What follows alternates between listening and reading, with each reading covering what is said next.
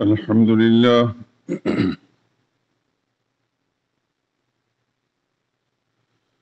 الحمد لله وحده والصلاة والسلام على من لا نبي بعده ولا رسول بعده ولا معصوم بعده أما بعد فإن خير الحديث كتاب الله وخير الهدي هدي محمد صلى الله عليه وسلم وشر الأمور محدثاتها وكل محدثة بدعة وكل بدعة ضلالة وكل ضلالة في النار. أعوذ بالله من الشيطان الرجيم. بسم الله الرحمن الرحيم.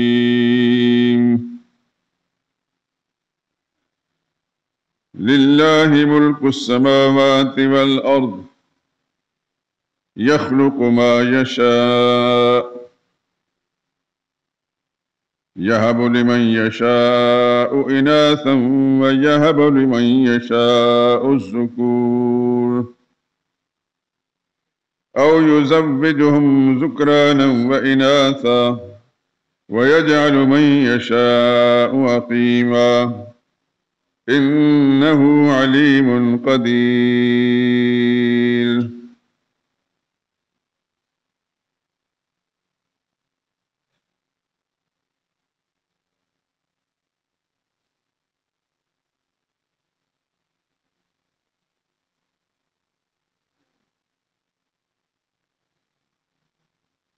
اللہ ہی کی بادشاہت ہے آسمانوں میں بھی اور زمین میں بھی. وہ جو چاہتا ہے پیدا کرتا ہے، جسے چاہتا ہے بیٹیاں عطا کرتا ہے اور جسے چاہتا ہے بیٹے بخش دیتا ہے، یا ان کو بیٹے اور بیٹیاں دونوں عنایت فرماتا ہے، اور جس کو چاہتا ہے بے اولاد رکھتا ہے. وہ سب کچھ جاننے والا اور ساری طاقتوں کا مالک ہے. سبحان ربک رب العزت عما یصفون وسلام علی المرسلین والحمد للہ رب العالمین.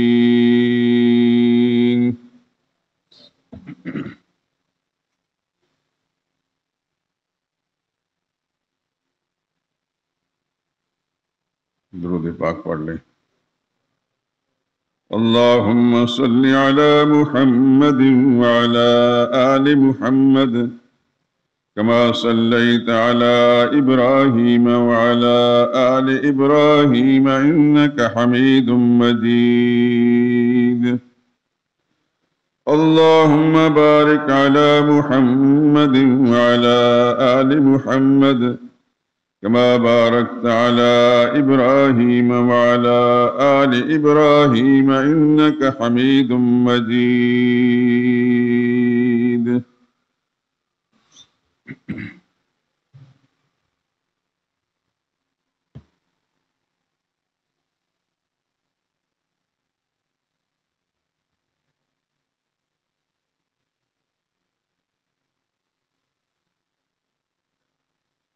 بے لاگ جس نے بات خدا کی کہی نہیں،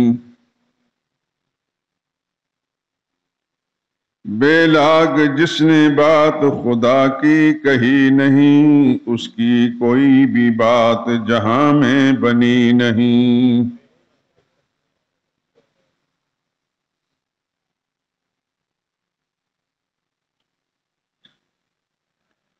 ذات و صفات میں نہیں اس کا کوئی شریک،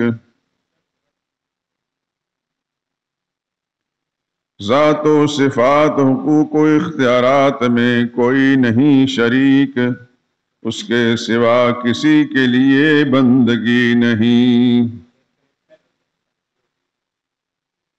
سائل اسی کے در کے ہیں جن و بشر تمام، اس کے سوا کسی کا سہارا کوئی نہیں۔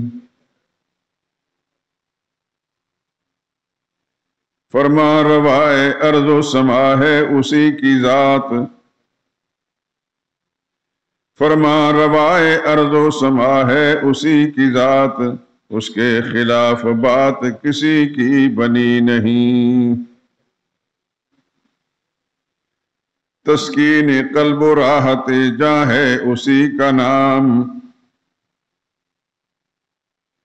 تسکین قلب و راحت جاں ہے اسی کا نام، غفلت میں جو بسر ہو کوئی زندگی نہیں۔ جو مانگنا ہے مانگ خدائے کریم سے، جو مانگنا ہے مانگ خدائے کریم سے، اس کی نوازشات میں کوئی کمی نہیں۔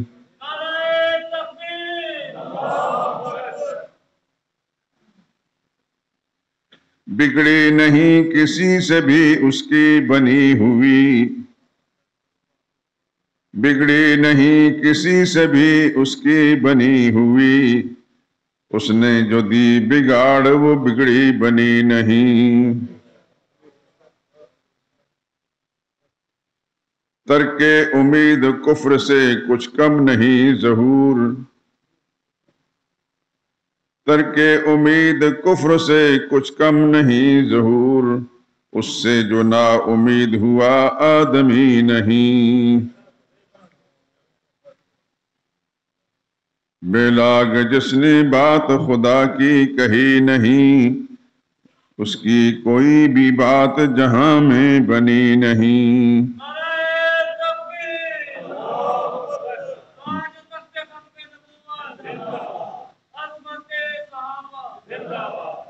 جو مانگنا ہے مانگ خدائے کریم سے، اس کی نوازشات میں کوئی کمی نہیں۔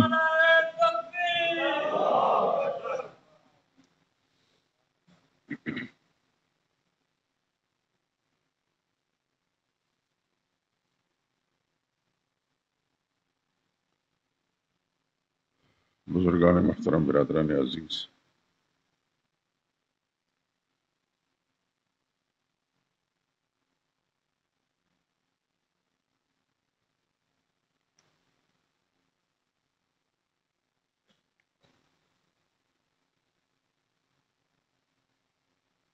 جماعت المبارک کے بیانات، اس کی حقیقت یہ آپ کو پہلے ہی سے معلوم ہے۔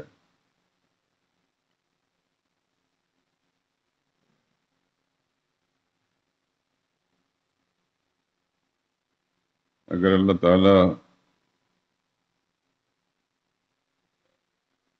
ان دیواروں کو اور مار روڈ کے درختوں اور عمارتوں کو بنوائے تو یقیناً یہ بھی گواہی دیں گے کہ اس مسجد کے اندر اللہ تعالیٰ کی وحدانیت کا مسئلہ پوری تفصیل کے ساتھ بیان ہوا۔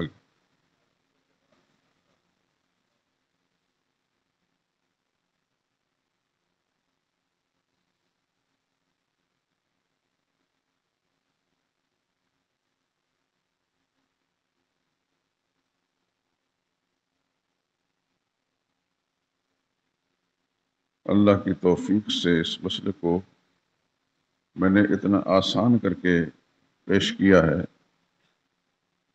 یہ اللہ کی توفیق ہے، یہ میرا کمال کوئی نہیں کہ عام سننے والا آدمی بھی بات کی حقیقت تک پہنچ جاتا ہے۔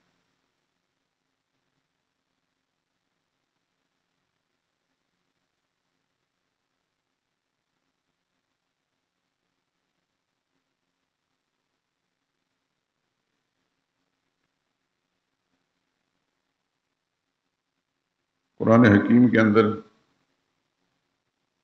غالباً سورہ طلاق ہے، اس کے آخر میں ایک آیت ہے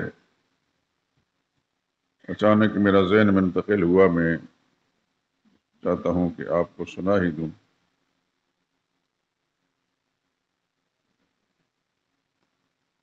28ویں پارے میں یہ صورت ہے 65ویں نمبر کی قرآنی ترتیب کے اعتبار سے۔ اس کی آخری آیت یعنی 12ویں نمبر کی آیت ہے، اللہ الذی خلق 7 سماوات ومن الارض مثلہن یتنزل الامر بینہن لتعلموا ان اللہ علی کل شیء قدیر وان اللہ قد احاط بکل شیء علما۔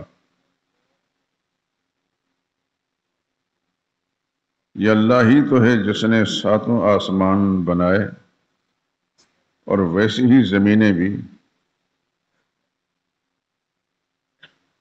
ان میں اللہ ہی کا حکم چلتا ہے۔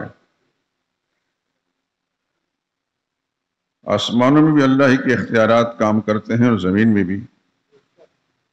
کیوں ایسا کیا ہے؟ تاکہ تم جان لو کہ اللہ ہی ہر چیز پر قادر ہے، یعنی سارے اختیارات کا مالک اللہ ہے۔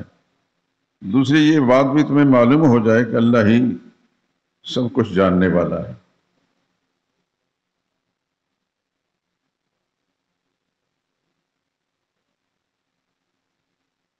یہ 2 باتیں ہیں اللہ کی وحدانیت کے مسئلے کی بنیاد۔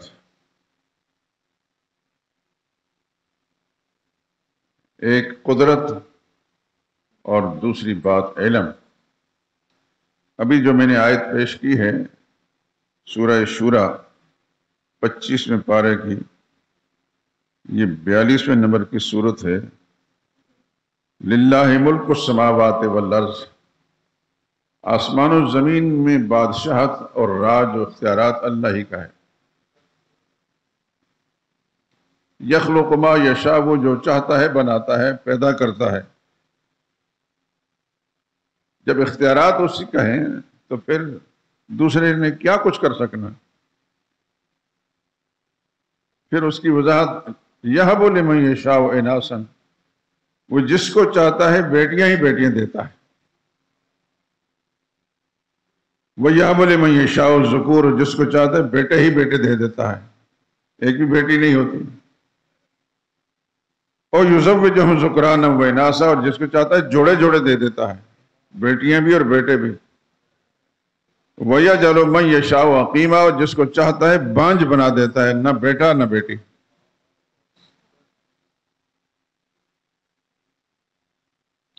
آخری جملہ اس آیت کے لئے، اِنَّهُ عَلِيمٌ قَدِيرٌ، وہ اللہ ہی سب کچھ جاننے والا اور ساری طاقتوں کا مالک وہ ہے۔ مسئلہ توحید کی بنیاد میں یہ 2 باتیں ہیں، یاد رکھیں، ذہن نشین رہے، اللہ آپ کو سلامت رکھے۔ ساری طاقتوں کا مالک بھی وہی ہے اور سب کچھ جاننے والا بھی وہی۔ آسان لفظوں میں، سب کچھ جاننے والا بھی اس کے سوا کوئی اور نہیں۔ جتنا بھی کسی کے پاس علم ہے اسی کی بھیک ہے، اور ساری طاقتوں کا مالک بھی اللہ کے سوا کوئی اور نہیں۔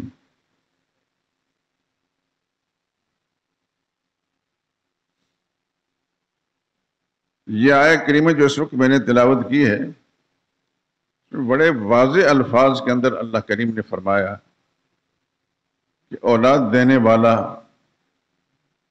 صرف اللہ ہے۔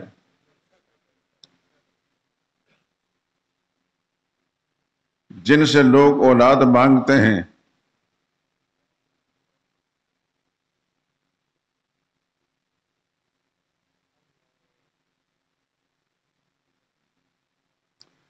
آپ انہوں نے دیوے بالن ہتھاں نال بہاری، پھر انہوں نے بچڑے منگ دے مت جنہاں دی ماری۔ جو اپنی زندگی کے مالک نہیں ہیں، جو اپنی زندگی کے مالک نہیں، موت آئی ایک پل بھی تاخیر نہیں ہو سکی۔ اور پھر اللہ اکبر، اتنے بے بس ہو گئے کہ اپنے پہنے ہوئے کپڑے اتار کر کفن بھی نہیں پہن سکے۔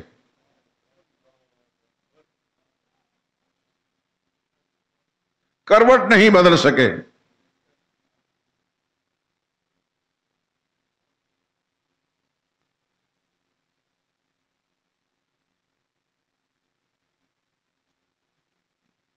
ان کو صحیح کروٹ پر بھی دوسروں نے لٹایا، ان کے سلے ہوئے کپڑے بھی دوسروں نے اتارے، غسل بھی دوسروں نے دیا، غسل بھی نہیں کر سکتے، پھر کفن بھی دوسروں نے پہنایا، اور اٹھا کر چارپائی پر بھی دوسروں نے رکھا، اور چارپائی کو اٹھا کر جنازگاہ تک بھی دوسرے لے کر گئے، اور پھر قبرستان تک لے جا کر دوسروں نے اٹھا کر ان کے میت کو قبر کے اندر رکھا،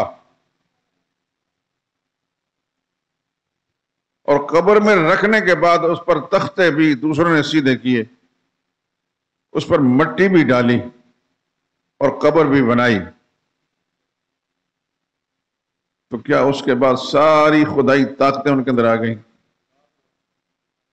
جو چند لمحوں پہلے اتنے بے بس اور بے اختیار تھے کہ کچھ بھی نہیں کر سکتے تھے، کیا بیت رہی تھی کسی کو بتا بھی نہیں سکتے تھے، اللہ کی رحمتیں ان پر آ رہی ہیں یا اللہ کی طرف سے کوئی پکڑ کا معاملہ ہو رہا ہے، یہ تو صرف اسی کو پتا ہے جس پر بیت رہی ہے، یا اللہ کو پتا ہے جو ساری طاقتوں کا مالک، جو سب کچھ جاننے والا۔ اس انسان کی مت ماری گئی ہے، بھٹکے ہوئے انسان کی دعوت اس کا ہے کہ میں نبی کا کلمہ پڑھتا، نبی کو مانتا ہوں، لیکن نبی کی بات نہیں مانتا۔ ہمارے معاشرے کے اندر اکثریت نبی کو مانتے ہیں، نبی کی نہیں مانتے۔ نبی کیا کرتے ہیں، کیوں آئے، کیا بولتے رہے، کچھ بھی پتا نہیں۔ اب تو ہمارے معاشرے کے اندر خاص طور پر پاکستان شریف میں مسلمان کہلانے والا وہ کچھ بن گیا جو کل پرسوں ہوا ہے سڑکوں پر۔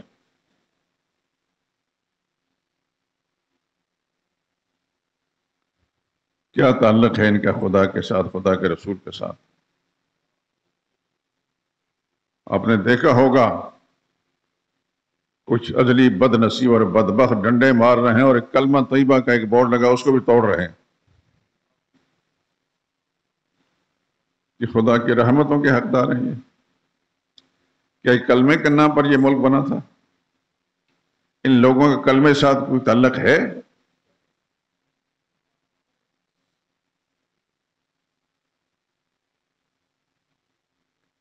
جب یہ مریں گے، جو ڈنڈے مارنے والے ہیں، کلمے کو توڑنے والے ہیں، ان کے بھی جنازے پڑے جائیں گے مسلمان سمجھ کر۔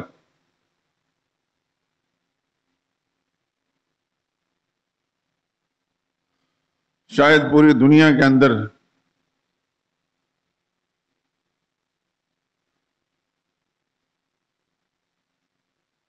ایسے بدبخت لوگ نہ ہوں جیسے ہمارے ملک کے اندر۔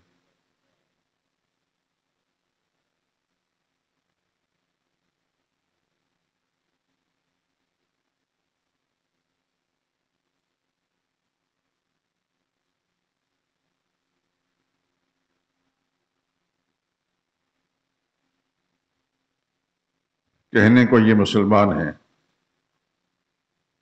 مسلمان اپنے آپ کو کہلاتے ہیں، لیکن ان بد نصیبوں سے کسی ایک سے پوچھیں، اس کو نہیں پتہ مسلمان کہتے ہیں کس کو ہے، اس لفظ کا معنی کیا ہے۔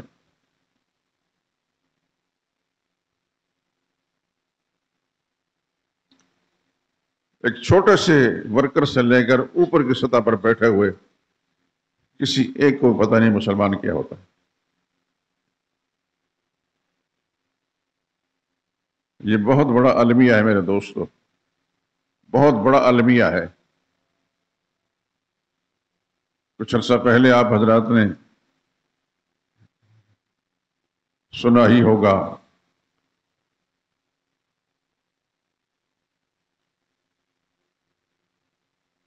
ہمارے ملک کے مرکزی وزیر کابینہ کے اجلاس کے اندر قرآن کی تلاوت کرتے وقت سورہ اخلاص نہیں پڑھ سکے۔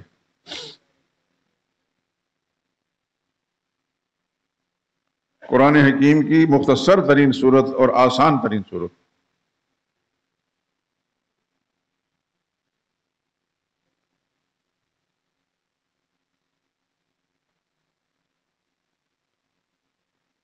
پیپلز پارٹی کا ایک وزیر تھا، ہو سکتا ہے آپ حضرات میں کسی کی پارٹی کی تحقیر تنقید نہیں کرتا، لیکن افسوس مجھے اس بات ہے کہ یہ ان اوپر کی سیٹوں پر بٹھائے گئے مرکزی وزیر وہ اتنا اسلام سے لا تعلق ہے کہ سورہ اخلاص نہیں پڑھ سکا۔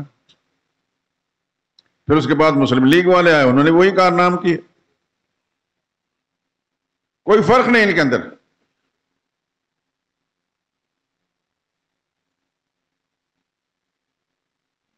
مجھے یاد ہے ہم چھوٹے چھوٹے تھے جب اسکول پڑھتے تھے،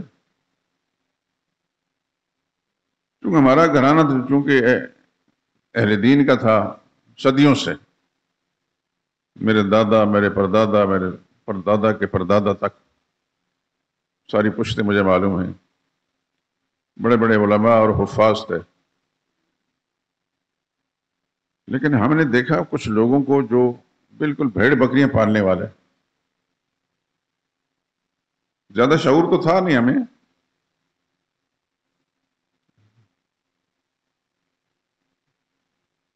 لیکن جب نماز پڑھتے تھے ہمارے والد صاحب ہر ایک کو بلا کر نماز کی تاکید کرتے تھے تو وہ سورہ اخلاص پڑھ لیتے تھے۔ کوئی سکول کی تعلیم نہیں، کچھ بھی نہیں، لیکن سورہ اخلاص ضرور پڑھتے تھے۔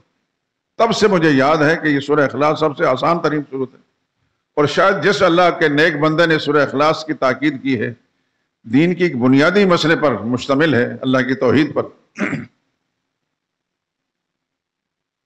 شاید اس سے پہلے میں سنا چکا ہوں آپ حضرات کو، پھر سنا دیتا ہوں۔ ایک صحابی رسول ہیں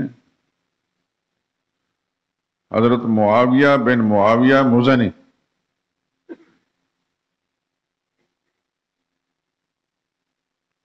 ان کا انتقال ہو گیا تو جبریل امین نے نبی کریم صلی اللہ علیہ وسلم کو اطلاع دی، رسول اللہ صلی اللہ علیہ وسلم کہیں اور تھے، وہ کہیں اور تھے۔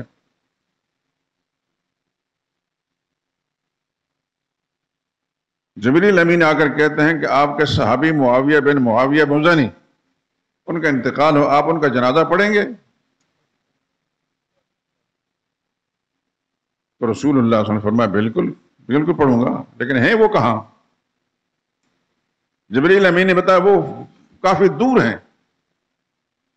تو نبی کریم صلی اللہ علیہ وسلم نے ارشاد فرمایا کہ میں کیسے پڑھاؤں گا جبکہ میرے سامنے ان کی میت نہیں، جنازہ نہیں۔ جبریل امین نے کہا یہ ذمہ داری میری، میں سارے حجابات اور پردے میں راست سے ہٹا دوں گا۔ چنانچہ سارے حجابات پردے ہٹائے گئے اور ان کی میت بالکل سامنے لائی گئی۔ اللہ کے پاک پیغمبر صلی اللہ علیہ وسلم نے ان کی نماز جنازہ پڑھائی۔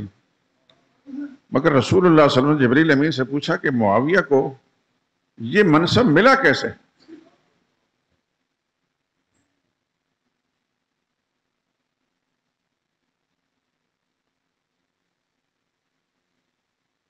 میں چپ ہو گیا ہوں، آپ کے ذہن میں کوئی بات شاید آ جائے۔ سب کچھ جاننے والا کون ہے؟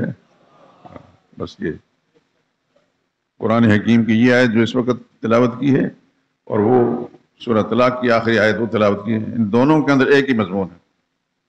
سب کچھ جاننے والا بھی اللہ ہے اور سب کچھ کر سکنے والا بھی اللہ ہی ہے۔ تو نبی کریم صلی اللہ علیہ وسلم نے جبریل امین سے پوچھا کہ معاویہ کو، یہ حضرت معاویہ وہ نہیں جو ملک شام والے ہیں، کیونکہ ایک نام کا کئی صحابہ تھے، اور جو ملک شام والے تھے حضرت معاویہ امیر المومنین، ان کا رتبہ بہت بڑا ہے، یہ بھی بتا دوں میں آپ کو، ان کا رتبہ بہت بڑا ہے۔ یہ ایک عام صحابی تھے۔ حضور نے پوچھا کہ ان کو یہ رتبہ کیسے ملا؟ تو جبریل امین نے فرمایا کہ یہ سورہ اخلاص کے ساتھ بہت محبت رکھتے تھے۔ قرآن کریم کا کوئی حصہ پڑھتے بالآخر سورہ اخلاص بھی ساتھ پڑھ لیتے۔ نماز کے اندر کوئی سورت پڑھتے آخر میں سورہ اخلاص بھی ساتھ پڑھ لیتے۔ اس سورہ اخلاص کی محبت کے ساتھ اللہ تعالیٰ نے کو یہ مقام دیا ہے۔ اللہ مجھے اور آپ کو بھی یہ مقام عطا کرے اپنی رحمتوں کے ساتھ۔ بات کر رہا تھا کہ میں نے اپنے بچپن کے اندر دیکھا بھیڑ بکریاں چرانے والوں کو سورہ اخلاص یاد ہوتی تھی، اور ہمارے پاکستان شریف جو اسلام کے نام پر بنا ہے، یہاں کا مرکزی وزیر، وفاقی وزیر کابینہ کی مجلس کے اندر بیٹھ کر قرآن کریم کی تلاوت کرتا، سورہ اخلاص نہیں پڑھ سکتا۔ اس سے زیادہ رسوا کن اور ذلیل ترین قوم کون ہو سکتی ہے؟ لیکن یہی لوگ ہمارے رہنما ہیں، یہ پیشوا ہیں۔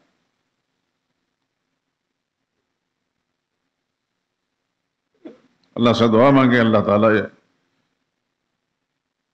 اس مصیبت سے ہمیں محفوظ رکھے۔ یہ عذاب ہیں، یہ لوگ، ان کا وجود عذاب ہے اس قوم پر۔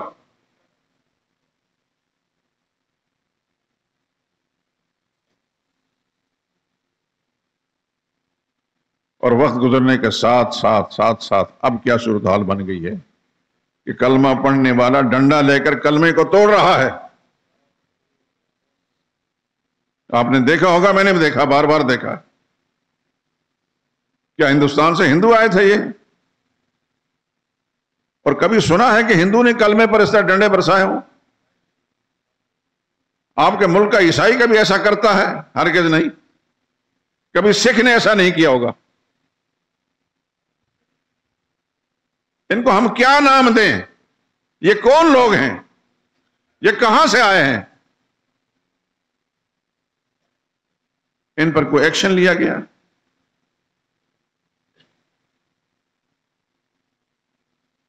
اللہ سے ہر وقت توبہ کرنی چاہیے میرے دوستوں، اور یہ دعا کرنی خدایا اس فتنے سے اس ملک کو محفوظ فرما دے۔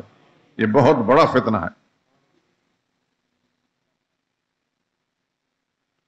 جس ملک کے اندر کلمہ پڑھنے والا یہ کلمے کو ماننے کا دعویٰ کرنے، کلمے کو توڑے ڈنڈوں سے،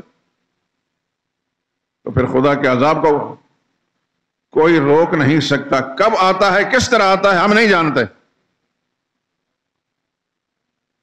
خدا ہم سے پوچھ کر کام نہیں کرتے، وہ اپنی مرضی کے مالک ہیں۔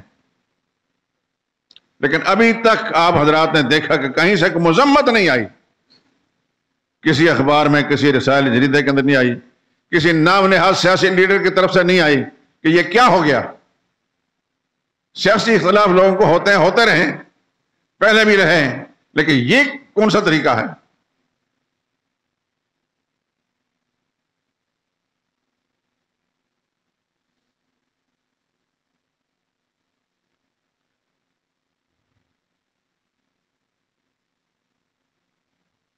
سورہ اخلاص کی بات آ گئی درمیان میں، یہ اللہ کی وحدانیت کے مسئلے پر مشتمل، اس میں اور کوئی مسئلہ نہیں۔ اللہ احد، میرے نبی اعلان فرمائے اللہ احد، اللہ یکتا ہے۔ اس کا ایک معنی ہوتا ہے اللہ ایک ہے، ایک تو ہے، لیکن ایک جیسے ایک تو بے شمار ہوتے ہیں، لیکن یکتا اسے کہتے ہیں اس جیسا کوئی اور نہیں ہوتا۔ اللہ یکتا ہے، اللہ الصمد، وہ اللہ وہ ہے جس کی طرف ساری کائنات محتاج ہے، اور وہ کسی معاملے میں کسی کا محتاج نہیں۔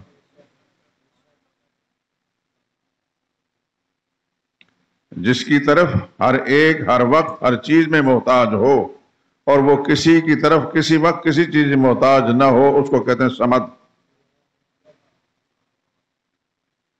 لم یلد، اس کی کوئی اولاد نہیں۔ کیوں فرمایا؟ اولاد ماں باپ کو ضد کر کے مجبور کر لیتی ہے، اس کو کوئی مجبور بھی نہیں کر سکتا۔ ولم یولد، اس کے ماں باپ بھی نہیں، ماں باپ بھی دباؤ ڈال کر اولاد کو مجبور کر لیتے ہیں۔ وہ مجبوریوں سے پاک ہے۔ وَلَمْ يَكُنْ لَهُ كُفُوًا أَحَدٌ، اس کا خاندان اور قبیلہ بھی کوئی نہیں کہ قبیلے والے مل کر بھی دباؤ ڈال کر بات منوا لیتے ہیں۔ اللہ وہ ہے جو کسی سے دبتا نہیں۔ تو سیدنا معاویہ مزنی رضی اللہ تعالیٰ عنہ کو سورہ اخلاص کے ساتھ محبت رکھنے کے سلسلے میں کتنا بڑا اعزاز ملا، وہ ایک تاریخ کا حصہ بن گیا۔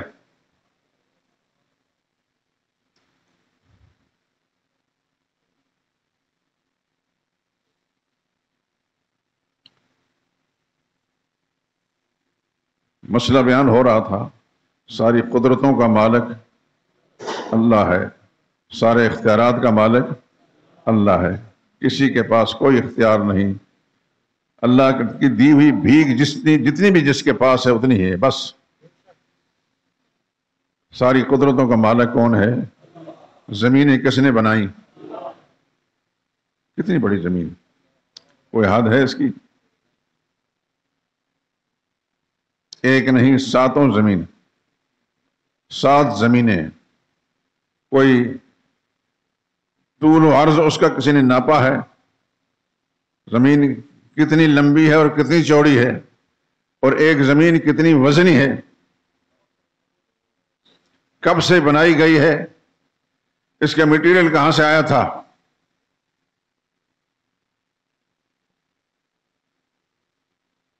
اور پھر آسمان، 7 سماوات، 7 آسمان، کتنے لمبے ہیں، کتنے چوڑے ہیں،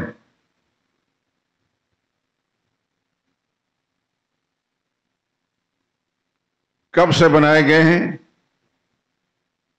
اس میں کبھی سوراخ شگاف ہوا؟ دنیا میں کوئی چیز بھی بالآخر بہت پرانی ہونے کے بعد اس کو مرمت کی ضرورت پڑتی ہے۔ کیا کبھی سنا کہ آسمانوں کی مرمت ہوئی؟ آسمان میں سوراخ ہو گئے تھے، اس کی مرمت ہوئی؟ کتنے ہزار سال گزر چکے ہیں، کوئی نہیں بتا سکتا۔ یہ کس کے اختیار میں ہے؟ کم از کم انہی چیزوں پر غور کریں تو خدا بند اس کی عظمت اور کبریائی کا اندازہ ہوتا ہے۔ ہم جو اٹھتے بیٹھتے نماز کے اندر اعلان کرتے اللہ اکبر، اللہ سب سے بڑا ہے، تو اس کا احساس بھی دل میں ہونا چاہیے کہ اللہ سب سے بڑا ہے۔ صرف زبان سے بول لینے کا نام نہیں، اس کی کبریائی کا یقین بھی آئے۔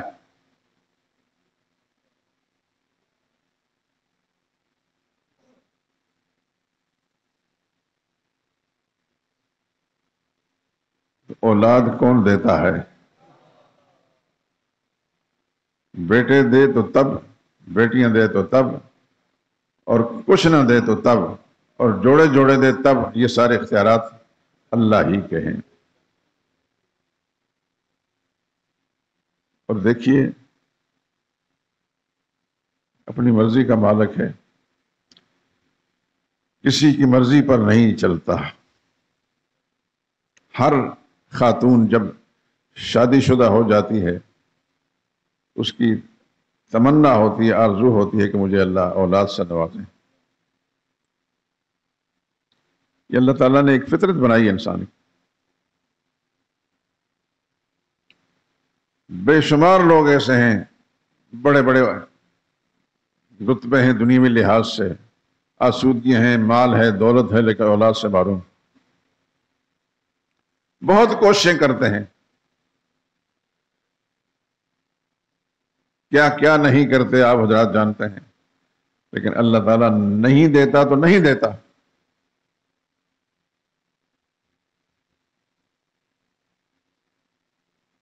ایک خاتون کا ذکر کرنا چاہتا ہوں جو بہت بڑے رتبے والی خاتون ہے۔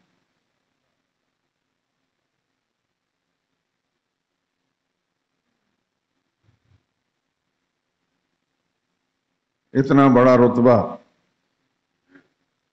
کہ امت کے بہت سارے علماء، ان کا موقف یہ ہے کہ سب سے بڑے رتبے والی، شان والی خاتون سیدہ عائشہ صدیقہ رضی اللہ تعالیٰ عنہ۔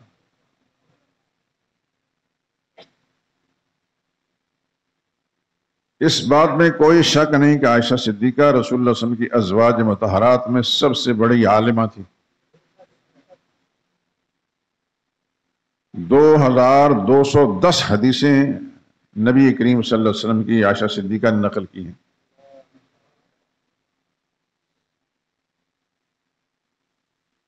باقی تمام ازواج مطہرات میں اس شان کی کوئی نہیں گزری۔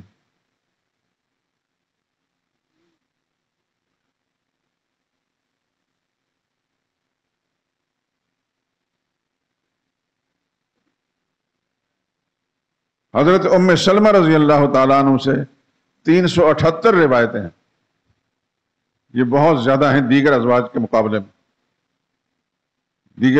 دیگر ازواج مطہرات کے پاس رسول اللہ صلی اللہ علیہ وسلم کی اتنی روایات نہیں تھیں، لیکن عائشہ صدیقہ 2210 روایتیں۔ صحابہ میں حضرت ابو ہریرہ رضی اللہ تعالیٰ عنہ پہلے نمبر پر ہیں، 5000 کے لگ بھگ کچھ روایتیں ہیں۔ پھر حضرت انس ہیں، عبداللہ بن عمر ہیں،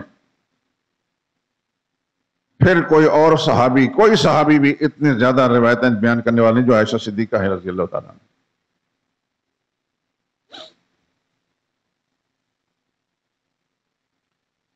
عائشہ صدیقہ کی خواہش نہیں ہوگی کہ مجھے بھی اللہ تعالیٰ اولاد دے؟ دی؟ کوئی بیٹا تھا عائشہ صدیقہ کا؟ اتنے بڑے رتبے والی، اتنی شان والی، اور امام الانبیاء صلی اللہ علیہ وسلم کی زوجہ مطہرہ، اور ان کا مقام کیا تھا؟ تھوڑی سی میں ایک بات آپ کے سامنے ذکر کرتا ہوں۔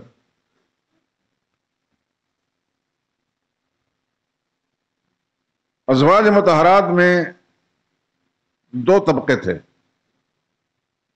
ایک طبقے میں عائشہ صدیقہ تھی رضی اللہ تعالیٰ عنہ، دوسرے میں حضرت ام سلمہ تھی رضی اللہ تعالیٰ عنہ۔ 3-4 صحابیات یعنی ازواج مطہرات عائشہ صدیقہ کے گروپ میں تھیں، باقی حضرت ام سلمہ کے۔ صحابہ کرام رضوان اللہ تعالیٰ علیہم اجمعین جب بھی نبی کریم صلی اللہ علیہ وسلم کی خدمت میں کوئی تحفہ بھیجتے تو اس دن بھیجتے جس دن رسول اللہ صلی اللہ علیہ وسلم عائشہ صدیقہ کے گھر ہوتے۔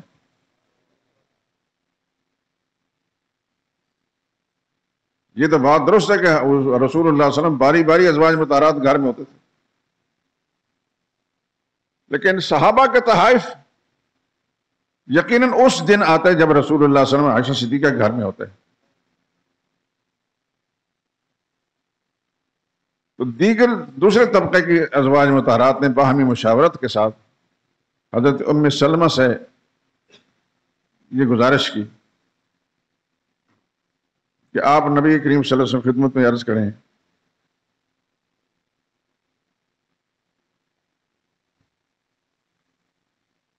رسول اللہ صلی اللہ علیہ وسلم جب ہمارے گھروں میں ہوں تو تب بھی تحائف بھیجا کریں۔ چنانچہ ام سلمہ رضی اللہ تعالیٰ عنہ نے ایک دفعہ رسول اللہ صلی اللہ علیہ وسلم خدمت میں عرض کیا، رسول اللہ نے خاموشی اختیار فرمائی، کوئی جواب نہیں دیا۔ پھر ان صحابیات نے، ازواج نے پوچھا کہ کیا جواب ملا؟ انہوں نے کہا کوئی جواب نہیں ملا۔ پھر انہوں نے کہا کہ آپ دوبارہ رسول اللہ صلی اللہ علیہ وسلم خدمت عرض کریں۔ چنانچہ ایسا ہی ہوا، پھر رسول اللہ صلی اللہ علیہ وسلم نے خاموشی اختیار فرمائی۔ یہی سوال جواب ہر دفعہ ہوتے رہے۔ تیسری مرتبہ پھر انہوں نے کہا کہ رسول اللہ صلی اللہ علیہ وسلم عرض کریں،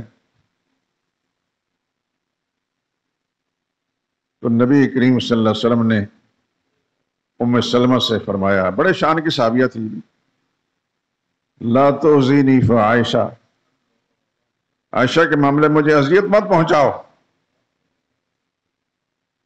تم میں سے کوئی ایسی نہیں ہے کہ جس کے بستر میں، جس کے گھر میں ہو تو مجھ پر خدا کی وحی آتی ہو۔ عائشہ وہ ہے جس کے بستر میں ہوتا ہوں تو اللہ کی وحی مجھ پر آتی ہے۔ بس حضرت ام سلمہ نے اس وقت کہا، یا رسول اللہ میں خدا کی پناہ مانگتی ہوں کہ میں آپ کے تکلیف کا، اذیت کا سبب بنوں، کبھی بھی میں آپ سے آئندہ یہ مطالبہ نہیں کروں۔ عائشہ صدیقہ وہ ہیں، لیکن اللہ تعالیٰ نے ان کو اولاد نہیں دی، چاہا بھی تو ایک دفعہ پھر نبی کریم صلی اللہ علیہ وسلم سے عرض کرتی ہیں یا رسول اللہ سب خواتین کی کنیتیں ہیں، یعنی اپنے بیٹوں کے نام سے معروف ہیں، میری کنیت کوئی نہیں، کوئی اولاد ہی نہیں۔ تو رسول اللہ نے فرمایا کہ آپ اپنی کنیت عبداللہ کے نام سے رکھ لیں، ام عبداللہ۔ تو کہنے کا مقصد یہ کہ بڑے بڑے رتبے اور مقامیں اور شانیں اللہ تعالیٰ نے بعض کو عطا کی، لیکن اولاد چاہی نہیں ہوئی، کیونکہ اختیارات کس کے ہیں؟ اللہ کے اختیار۔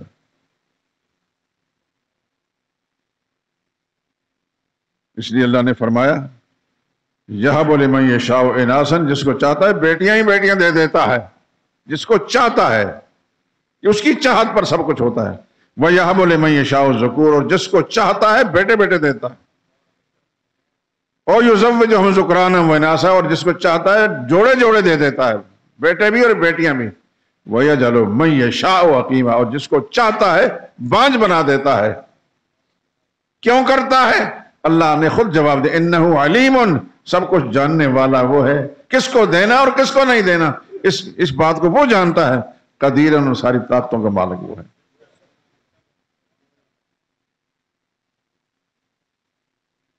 ہمارا مسلمان کہاں سے جا کر اولاد مانگتا ہے؟ یہ مسلمان کہلانے والا کہاں سے جا کر اولاد مانگتا ہے؟ قبروں سے۔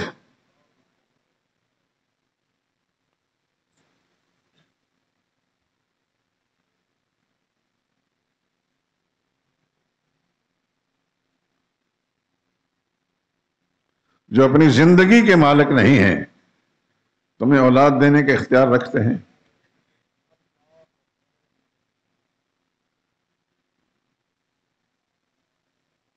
پنجابی کے کسی نے کہا ہے نا، آپ انہوں نے دیوے بالن تب ہتھاں نال بہاری، جھاڑو خود پھیرتے ہیں۔ آپ انہوں نے دیوے بالن ہتھاں نال بہاری، پھر انہوں تھی بچڑے منگ دے مت جنہ دی ماری۔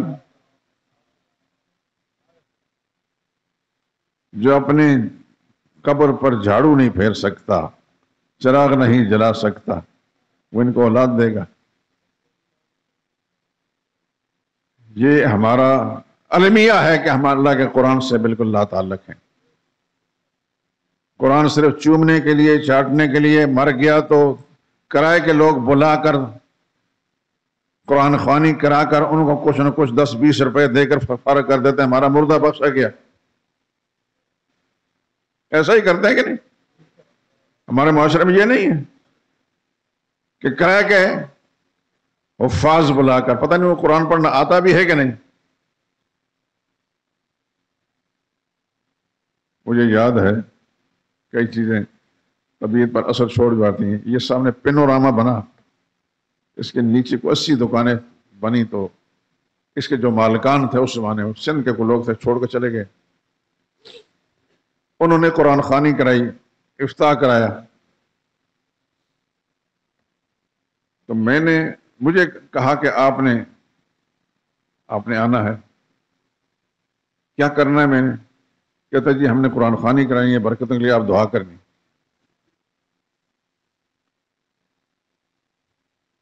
مجھے نہیں پتا تھا کہ یہ ایک رسمی کارروائی ہے، بہت سارے لوگ بیٹھے ہیں لائن پر، کئی علاقوں سے بلائے گئے ہیں، اور کچھ لوگ ایسے ہیں جن کے پاس پارا جو پکڑا ہو وہ الٹا ہے۔ کرائے کے جو لوگ ہوئے، میں جو پاس سے گزرا میں نے دیکھا ایک آدمی بیٹھا ہے، میں نے اس کو کرایا، اس کا سپارہ پکڑ کر سیدھا کرا دیا۔ میں نے پتا تو اس کو نہیں ہے کچھ بھی، لیکن اس بات سے میری طبیعت بڑا ناگوار اثر پڑا، اور ناگوار اس سے بھی پڑا کہ وہ جو مالکان ہیں ان کا کام کرنے والے کوئی ادھر دوڑ رہا ہے، کوئی ادھر دوڑ رہا ہے، ٹھک ٹھک ہو رہا ہے، کوئی چیز بنا رہے ہیں، کوئی کیلیں ٹھوک رہے ہیں، اور قرآن خوانی بھی ہو رہی ہے۔ قرآن کا کوئی ادب نہیں۔ ایک دل کیا کہ میں واپس چلا جاؤں، پھر دل میں سوچا کہ ان کو کیسے پتہ چلے گا کہ یہ کام انہوں نے غلط کیا ہے۔ میں رک گیا، میں نے کہا تم لوگوں نے مجھے بلایا، محبت سے بلایا، اللہ تمہیں خوش رکھے، اور تم نے قرآن خوانی کرائی برکت ڈالنے کے لیے، یہ جو کچھ کام بھی کیا تم نے غلط کیا ہے۔ قرآن کا کوئی ادب بھی تو ہے، اور ایسے لوگ بلائے جو قرآن کریم کا پارا سیدھا نہیں پکڑ سکتے۔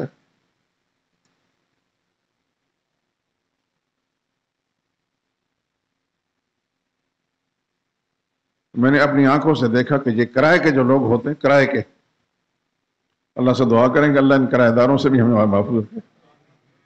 قرآن کرائے پر پڑھتے ہیں، یا رب خدا کی قسم بڑا دکھ ہوتا ہے، اللہ کی قسم بہت دکھ ہوتا ہے قرآن کے ساتھ کیا کیا سلوک ہمارے پاکستانی مسلمان کر رہے ہیں۔ میں نے دیکھا کہ وہ اولجھ رہے ہیں، ان کے ہمیں آپ پیسے تھوڑے دے رہے ہیں۔ وہ جو فارغ ہوئے تو پھر مجھے غصہ تھا بہت سخت۔ میں نے کہا کہ تم نے مجھے بلایا، شاید محبت سے بلایا ہوگا، لیکن مجھے بڑی تکلیف ہوئی تمہارا یہ رویہ دیکھ کر۔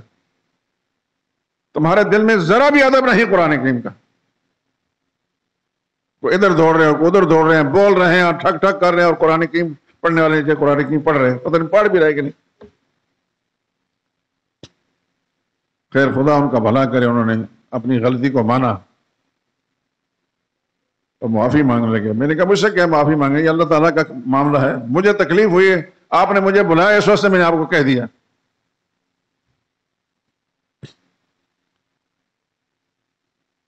تو یہ صورتحال ہے میرے دوستو۔ ہمارا قرآن سے کیا تعلق ہے؟ قرآن تو یہ کہتا ہے کہ اولاد دینے والی ذات اللہ کی ہے، بیٹے دے یا بیٹیاں دے یا جوڑے دے یا بالکل بانجھ رکھے، معلوم رکھے، یہ اللہ کے اختیار میں ہے۔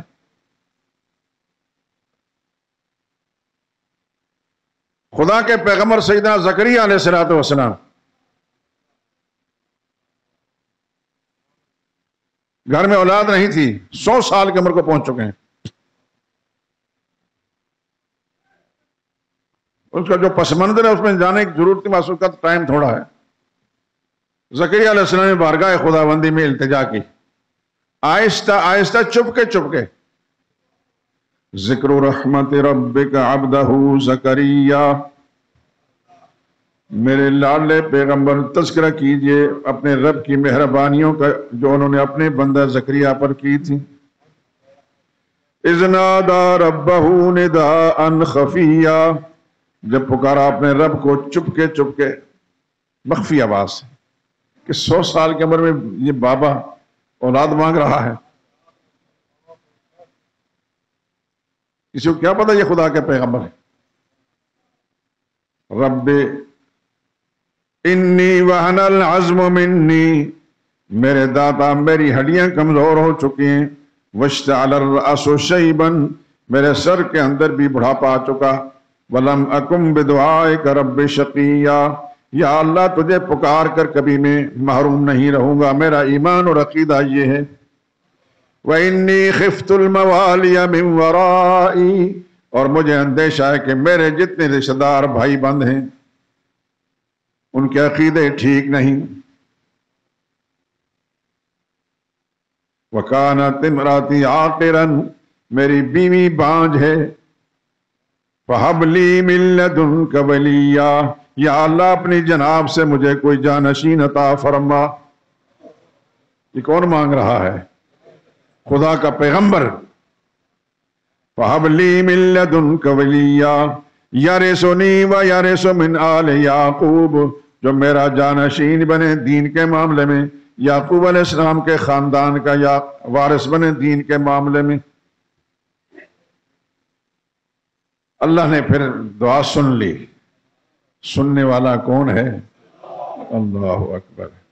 یا زکریا، آواز آئی، یا زکریا انا نبشرک بغلام، ہم آپ کو بشارت دیتے ہیں، خوشخبری دیتے ہیں لڑکے کی، اسمہ یحییٰ، نام بھی ہم، بیٹا بھی ہم دے رہے ہیں اور نام بھی ہم نے رکھا ہے، نام ان کا یحییٰ ہوگا۔ اللہ اکبر۔ پیغمبر نے اولاد کس سے مانگی؟ اللہ سے۔ اولاد دینے والا کون ہے؟ یہ دنیا میں جتنی بھی حشرات الارض ہیں، کیڑے مکوڑے ہیں، جانور ہیں، سمندروں کے اندر مخلوق پھل پھول رہی ہے، کون دیتا ہے؟ کس مقبرے سے کس قبرستان میں جا کر یہ دعائیں مانگتے ہیں؟ اللہ نے ساری مخلوق میں سے اشرف المخلوقات انسان کو بنایا، لیکن انسان وہ حرکتیں کر رہا ہے کہ حیوان بھی وہ حرکتیں نہیں کرتا۔ کبھی سنا آپ نے کہ اڑنے والے پرندوں نے کسی قبرستان میں جا کر کسی مقبرے میں دعا مانگی ہو؟ کبھی سنا آپ نے کہ سمندر کی انگنت مخلوق اس نے جا کر کسی مزار پر کسی مقبرے پر دعا مانگی ہو کہ ہمیں اولاد دیں؟ ان کو کھلا پلا کون رہا ہے؟ سمندر کے اندر جو مخلوق ہے ان کی کوئی دکانیں ہیں، ان کا کوئی پلازے ہیں، ان کی کوئی زمینیں ہیں، زمیندارہ ہے؟ خشکی پر بسنے والی جتنی مخلوق بھی ہے اس سے کہیں زیادہ ہے سمندروں کے اندر بسنے والی مخلوق، لیکن جس نے پیدا کیا ہے، جس نے بنایا ہے، ان کو وہ کھلا بھی رہا ہے، ان کی ضرورتوں کو جانتا بھی ہے اور پورا کر رہا ہے۔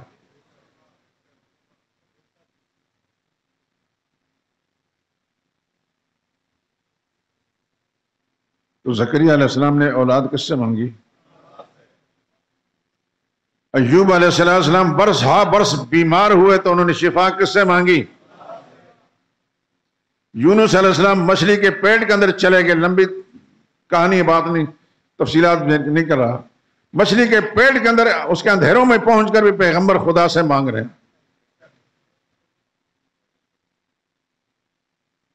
ان کو وہاں بھی پتا ہے کہ یہاں بھی میری پکاروں کو سننے والا اللہ ہی ہے، دنیا والا کوئی نہیں سن سکتا، لیکن اللہ سنتے ہیں، اللہ جانتے ہیں۔ اور پھر ان کی پکار کو سنا کہ نہیں سنا؟ وَظَنُّونَ إِذْ ذَهَبَ مُغَاضِبًا، مچھلی کے پیٹ والا پیغمبر غضبناک ہو کر، قوم سے ناراض ہو کر چل پڑا۔ فَظَنَّ أَن لَّن نَّقْدِرَ عَلَيْهِ، انہوں نے گمان کیا کہ شاید ہم مواخذہ نہیں کریں گے۔ فَنَادَىٰ فِي الظُّلُمَاتِ، سمندر کے اندھیروں میں، مچھلی کے پیٹ کے اندھیروں میں انہوں نے پکارا، اللہ الہ الا انت، کوئی مشکل کشا نہیں، کوئی حاجت روا نہیں، یہاں سے نکالنے والا کوئی نہیں، الا انت، اے اللہ تو ہی ہے یہ سب کچھ کر سکنے والا۔ انی کنت من الظالمین، میں اقرار کرتا ہوں کہ مجھ سے کوتاہی ہوگی، مجھے آپ کے حکم کا انتظار کرنا چاہیے تھا۔ آگے سے جواب کیا آتا ہے؟ فَاسْتَجَبْنَا لَهُ، اللہ اکبر، فَاسْتَجَبْنَا لَهُ، ہم نے اپنے نبی کی پکار کو سن بھی لیا اور اس کو مان بھی لیا، ان کی فریاد کو سن بھی لیا اور مان بھی لیا۔ وَنَجَّيْنَاهُ مِنَ الْغَمِّ، اس پریشانی سے ہم نے ان کو نجات بھی دی۔ ہم نے مچھلی کو حکم دیا کہ کنارے پر جا کر میرے پیغمبر کو باہر اگل دے۔ اور پھر یونس علیہ السلام نے اللہ کا پکارا کن الفاظ کے ساتھ؟ اس کو یاد رکھیں، میں آپ کی توجہ اس طرف مبذول کرانا چاہتا ہوں۔ اللہ الہ الا انت سبحانک، اے اللہ تو ہی الہ ہے، تو ہی سبحان ہے، ساری کمزوریوں سے پاک ہے، میں کچھ نہیں کر سکتا لیکن تو ساری طاقتوں کا مالک ہے۔ اللہ دوسرے مقام پر قرآن یہ فرماتے ہیں، لولا انہو کان من المسبحین، اگر ہمارا پیغمبر یونس ہماری تسبیح نہ پڑھتا، للبث فی بطنہ، پڑا رہتا مچھلی کے پیٹ میں، الی یوم یبعثون، قیامت کے دن تک۔ یہ جو آیت ہے نا، آیت کریمہ جسے عام طور پر ہمارے معاشرے بول لا الہ الا انت سبحانک، کوئی مشکل بھی کسی مسلمان کو ہو، کوئی مشکل بھی ہو، ہر انسان اپنی مشکلات کو جانتا ہے، انہی الفاظ کے ساتھ میں اپنے رب کو پکارے، اس کے دروازے پر دستک دے۔ جس خدا نے یونس علیہ السلام کی مشکل کو ان الفاظ کی برکت سے ہٹایا تھا، اس مشکل دور کیا تھا، وہ خدا آج بھی اسی طاقت کا مالک ہے، آج بھی یہ مشکل کشائی کر سکتا ہے۔ لیکن پکاریں تو صحیح، لا الہ الا انت سبحانک، یہ الفاظ بس، لا الہ الا انت سبحانک، کوئی الہ نہیں، تو ہی الہ ہے، تو سبحان ہے، یعنی ساری کمزوریوں سے پاک ہے، ساری قدرتوں طاقتوں کا مالک تو۔ ان الفاظ کے ساتھ رب کو پکاریں، اٹھتے بیٹھتے چلتے پھرتے پکاریں، جو آپ کی مرادیں ہوں گی انشاءاللہ اللہ تعالیٰ اس وقت پورے کریں گے۔ تجربہ کر کے دیکھ لیں۔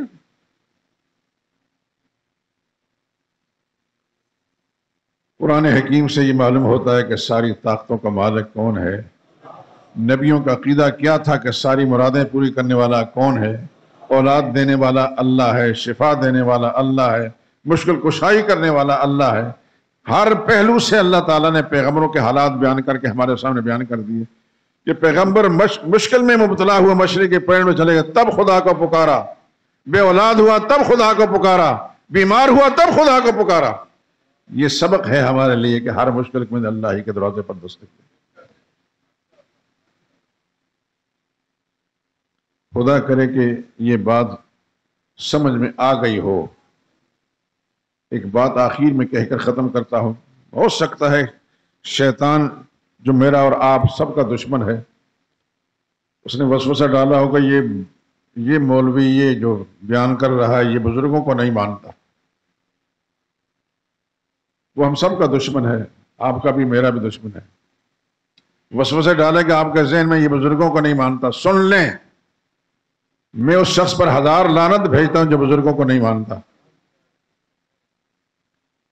ہم سب بزرگوں کو مانتے ہیں، ان کی جوتیاں ہمارے سر کا تاج ہیں، سب کو مانتے ہیں، لیکن طاقت کا مالک صرف اللہ کو مانتے ہیں، قدرتوں کا مالک صرف اللہ کو مانتے ہیں۔ وہ بھی مخلوق ہیں، ہم بھی مخلوق ہیں، وہ اعلیٰ قسم کے مخلوق ہیں، ہم ادنا درجے کے مخلوق ہیں، مخلوق وہ بھی خدا سے مانگنے والا، ہم بھی خدا سے مانگنے والے ہیں۔ اگر نبیوں جیسی مخلوق خدا سے مانگتی ہے، اولاد بھی خدا سے مانگتے ہیں، شفا بھی خدا سے مانگتے ہیں، ہر مشکل کشائی بھی اللہ سے کراتے ہیں، تو پھر معلوم ہوا کہ ساری طاقتوں کا مالک صرف اللہ ہی ہے، اللہ کے سوا کوئی طاقتوں کا مالک نہیں۔ اور آج ہمیں بھی اپنی مشکل میں کسی قسم مشکل ہو، رزق کی تنگی ہو، بیماری ہو،